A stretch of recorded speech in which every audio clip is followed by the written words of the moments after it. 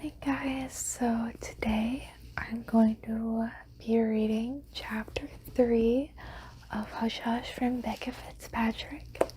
If you haven't seen the last one, which were chapters 1 and 2, here's a quick recap. So basically the main character, Nora, is like kind of a Mary Sue character, kind of mean. And she has a best friend named V, who she was partners with in biology for a long time until her teacher had switched her partners, and now she's partners with this guy named Patch, who's like mysterious and knows a lot about her, as exemplified by the last chapter in which she went to an arcade where he was playing pool and interviewed him for their project, and she kind of felt like really like scared and unsafe the whole time. So that's where we leave off, is the day afterward. So chapter 3, and this is what it looks like. Classic. Coach McConaughey stood at the chalkboard droning on and on about something, but my mind was far away from the complexities of science. I was busy formulating reasons why if Patch and I should no longer be partners, making a list of them on an old quiz. As soon as class was over, I would present my argument to Coach. Uncooperative on assignments, I wrote, shows little interest in teamwork. But it was the things not listed that bothered me the most. I found the location of Patch's birthmark eerie, and I was spooked by the incident at my window last night. I didn't outright suspect Patch of spying on me, but I just couldn't ignore the coincidence that I was almost positive I'd seen someone looking at my window just hours after I met him. At the thought of Patch spying on me, I reached inside the front compartment of my backpack and shook 2 iron pills from a bottle, swallowing them whole. They caught in my mouth a moment and then found their way down. Out of the corner of my eye, I caught Patch's raised eyebrows.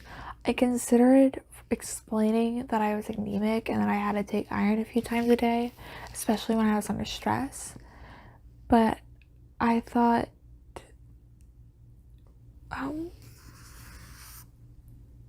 I thought better. The anemia wasn't life-threatening. As long as I took regular doses of iron, I wasn't paranoid to the point I thought Patch meant me harm. But somehow my medical condition was a vulnerability that I'd better keep secret. Nora? Coach stood in front of the room, his hand outstretched in a gesture that showed he was waiting for one thing. My answer. A slow burn made its way up to my cheeks. Can you repeat the question? I asked. The class snickered. Coach said with slight irritation, what qualities are you attracted to in a potential mate? This is another gripe I have with this book. Like, I know that high school is like weird and awkward, but like this is too much. Anyway. Potential mate. Yeah, come on. We haven't got all afternoon. I could hear V laughing behind me. My throat seemed to constrict. You want me to lift characteristics of a potential mate? Yes, that would be helpful. Without meaning to, I looked sideways at Patch. He was eased back in his seat, one notch above a slouch, studying me with a satisfaction. He flashed his pirate smile and mouthed, "We're waiting." I stacked my hands on the table, hoping I'd look more composed than I felt. I've never thought about it before. Well, think fast. Could you call in someone else first? Coach gestured impatiently to my left. You're up, Patch.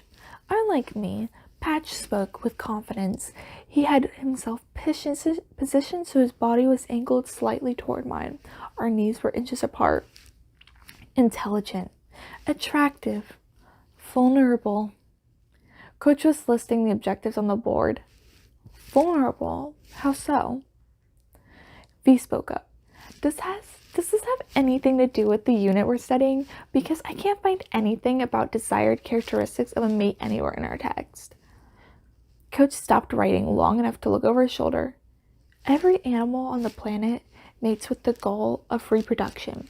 Frogs swell their bodies. Male gorillas beat their chest. Have you ever watched a male lobster rise up in the tips of its legs and snap its claws, demanding female attention?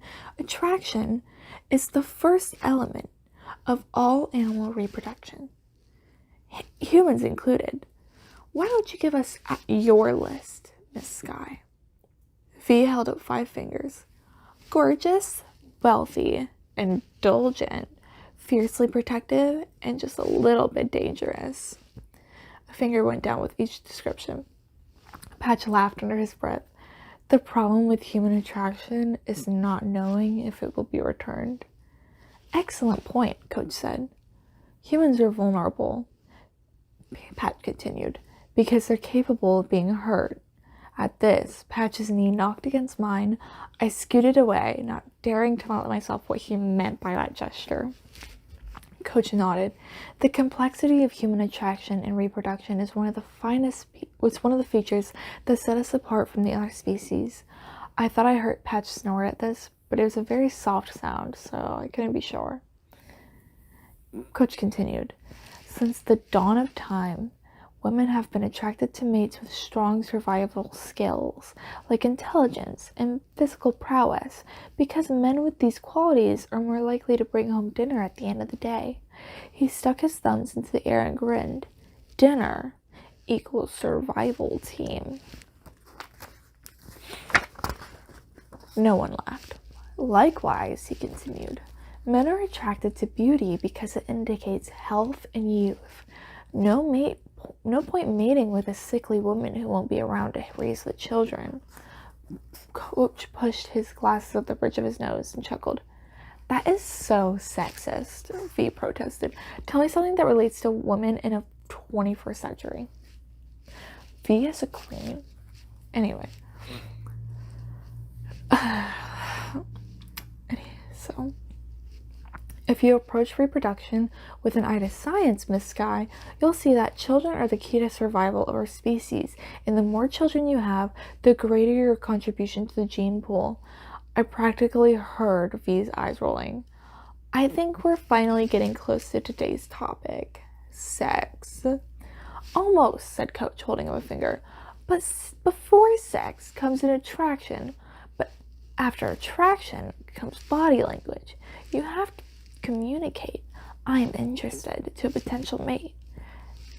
Only not in so many words. Coach pointed beside me. All right, Patch. Let's say you're at a party. The room is full of girls of all different shapes and sizes. You see blondes, brunettes, redheads, a few girls with black hair. Some are talkative, while others appear shy. You found the one girl who fits your profile, attractive, intelligent, and vulnerable. How do you let her know that you're interested? Single her out. Talk to her. Good. Now for the big question. How do you know if she's game or if she wants you to move on? I study her, Patch said. I figure out what she's thinking and feeling. She's not going to come right out and tell me, which is why I have to pay attention. Does she turn her body toward mine? Does she hold my eyes and then look away? Does she bite her lip and play her hair the way Nora is doing right now? Laughter rose in the room. I dropped my hands to my lap. She's game, said Patch, bumping my leg again. Of all things, I blushed. Very good, Coach said, his voice charged, smiling broadly at our attentiveness. The blood vessels in Nora's face are widening, and her skin is warming, Patch said. She knows she's being evaluated. She likes the attention, but she's not sure how to handle it. I'm not blushing. She's nervous, Patch said. She's stroking her arm to draw attention away from her face down to her figure, or maybe her skin. Both are strong selling points. I nearly choked. He's joking, I told myself. He's insane. I had no experience dealing with lunatics, and it showed. I felt like I spent most of our time together staring at Patch, mouth agape. If I had any illusions about keeping up with him, I was going to have to figure out a new approach. I placed my hands flat against the table and held my chin high and tried to look as if I still possessed some dignity. This is ridiculous.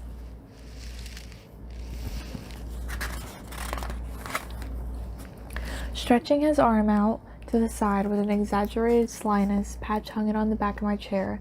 I had the strange feeling that this was a threat aimed entirely at me, and that he was unaware and uncaring of how the class perceived it. They laughed, and he didn't seem to hear it, holding my eyes so seeingly with his own that I almost believed he'd carved a small private world for us that no one else could reach. Vulnerable, he mouthed. I locked my ankles around my legs of my chair and jerked forward, feeling the weight of his arm drop off the back of the seat. I was not vulnerable. And there you have it, Coach said. Biology in motion. Can we please talk about sex now? V said. Tomorrow. Read chapter 7 and be ready for a discussion. First thing. The bell rang, and Patch scraped his chair back. That was fun. Let's do it again sometime. Before I could come up with something more pithy than no thanks, he edged behind me and disappeared out the door. Sorry, it's V. I'm starting a petition to have Coach fired, V said, coming down on my table. What was up with class today? It was watered down porn. He practically had you and Patch on top of your lab table, horizontal, minus your clothes, and doing the big deed. I nailed her with a look that said, does that look like I want a replay? Yeesh, V said. Down, girl. You're lucky I took anger management because I'm just kidding, it doesn't say that. Anyway, I need to talk to Coach. I'll meet you in the locker in 10 minutes. Sure thing. I made my way up to Coach's desk, where he sat hunched over a book of basketball plays. At first glance, all the X's and O's made it look like he'd been playing tic-tac-toe. Hi, Nora, he said without looking up. What can I do for you? I'm here to tell you the new sitting chart in the lesson plan is making me uncomfortable. Coach kicked back in his chair and folded his hands behind his head. I like the new sitting chart, almost as much as I like this new man-to-man play I'm working out for the Saturday's game. I set a copy of the school code of conduct, and the student writes down on top of it, by law, no student should feel threatened on school property. You feel threatened? I feel uncomfortable, and I'd like to propose a solution. When Coach didn't cut me off, I drew a confident breath. I will tutor any class from any of your biology classes if you will seat me beside V again. Patch could use a tutor. I resisted, gritting my teeth. That defeats the point. Did you see him today? He was involved in the discussion. I haven't heard him say one word all year. I put him next to you, and bingo, his grades in here are going to improve. And V's is going to drop. That happens when you can't look sideways to get the right answer, he said dryly.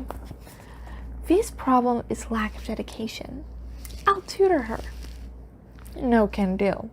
Glancing at his watch, he said, I'm late for a meeting. Are we done here? I squeezed my brain for one more argument, but it appeared I was fresh out of inspiration. Let's give the seating chart a few more weeks. Oh, and I was serious about tutoring Patch. I'll count you in. Coach didn't wait for my answer. He whistled the tune of Jeopardy and ducked out the door. By 7 o'clock, the sky had glowered into an inky blue, and I zipped my coat up for warmth. V and I were on our way from the movie theater to the parking lot after having just watched The Sacrifice. It was my job to review movies for the e-zine, and since I'd already seen every other movie showing at the theater, we'd resigned ourselves to the latest urban chiller. That, was the freakiest movie I've ever seen. That's what V said. That's why I said it so full of life, exuberantly, if you will. As a rule, we are no longer allowed to see anything suggestive of horror. Fine by me. Taking into consideration that someone had been lurking outside my bedroom, she's not saying this out loud, by the way, lurking outside my bedroom window last night, and compound it with watching a fully developed stalker movie tonight, I was starting to feel a little paranoid. Can you imagine, V said, living your whole life never having a clue that you're the only reason you're being kept alive is to be used as a sacrifice? We both shuddered. And what was up with that altar? She continued, annoyingly unaware that I would have rather talked about the life cycle of fungi than talk about that movie. Fungi, my bad.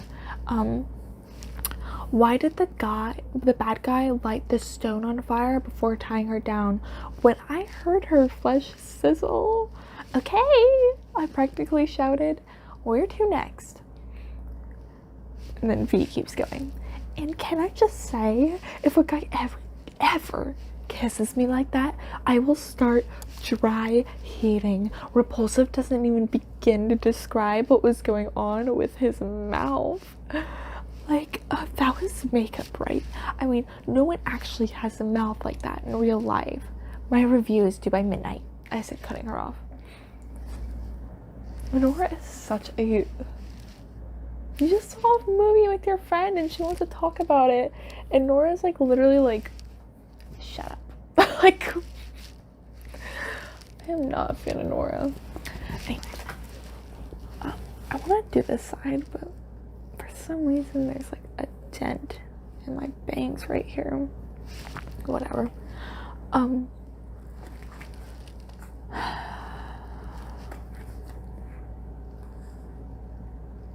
Oh, right. To the library then. V unlocked the doors to her 1995 purple Dodge Neon. You're being awfully touchy, you know. I slid into the passenger seat. Blame the movie. Blame the peeping Tom at my window last night, which she didn't say that out loud. She just said blame the movie out loud. I'm not talking about tonight.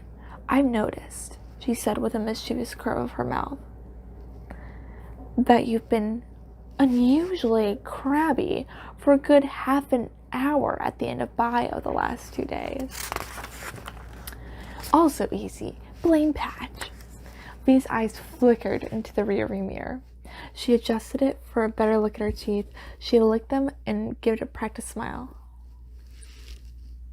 Like that. I have to admit, his dark side calls to me. I had no desire to admit it, but V wasn't alone. I felt drawn to Patch in a way I never felt drawn to anyone, and there was a dark magnetism between us. Around him, I felt lured to the edge of danger. At any moment, it felt like he could push me over the edge. Hearing you say that makes me want to... I paused, trying to think of exactly what our attraction to Patch did want to make me do. Something unpleasant. Tell me you don't think he's good looking, V said.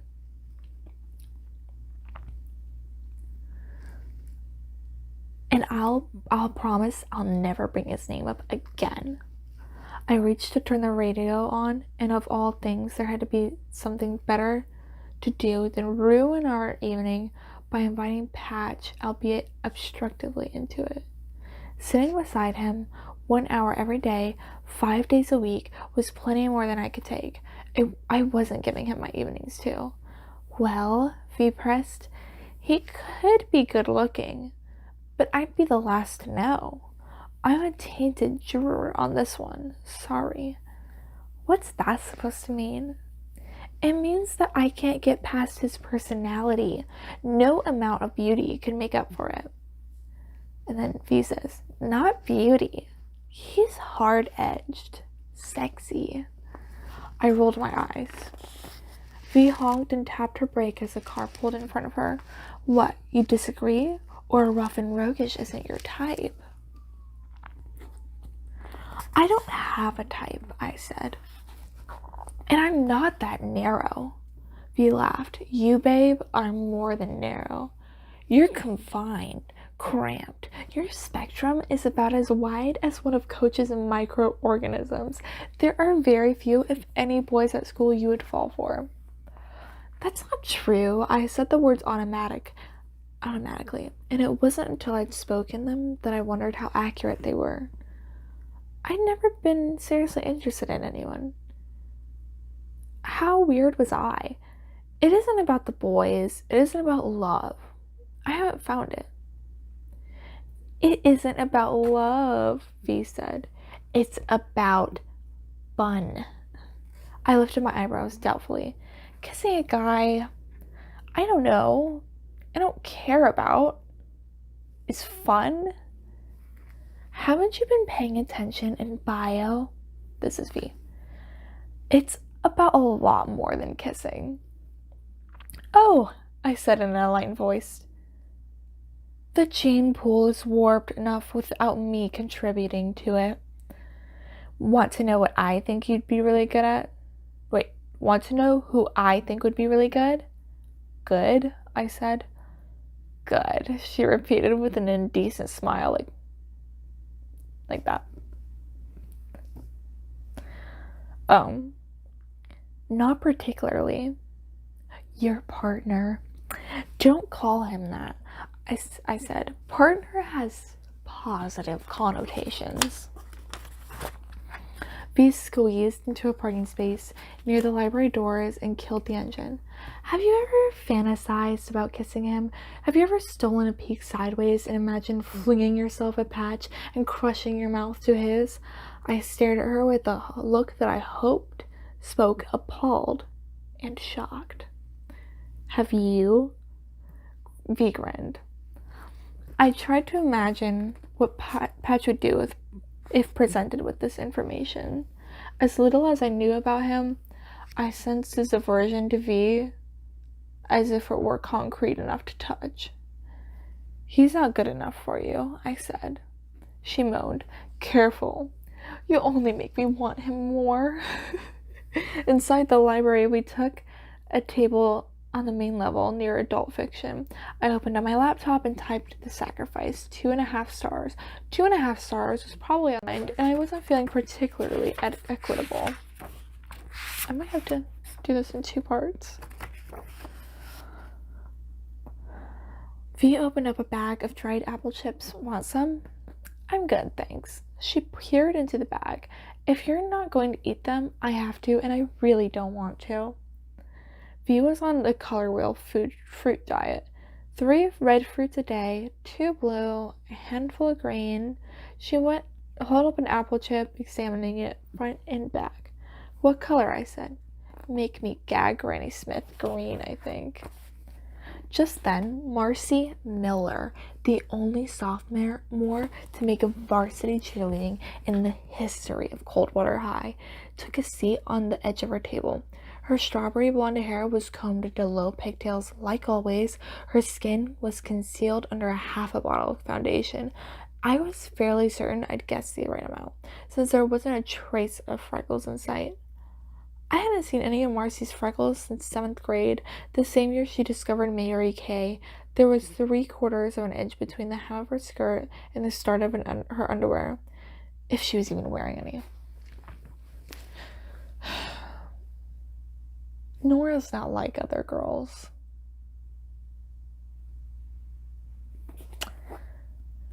Anyway, I'm gonna separate this into 2 parts. I think it's not like the rest of it, there's like a lot of pages left or anything, but it kind of is. There's 7 pages left. So I'm gonna end it here. Let me know what you guys think. What do you think of the book so far? I'm sorry that it's like kind of hard to understand what's dialogue and what isn't. I feel like I should just mention like V says, Nora says at the beginning of things to kind of make that a little more obvious. But I feel like that would kind of be really annoying. Like, not for me, but for you. You know what I'm saying? Anyway, let me know what you think, and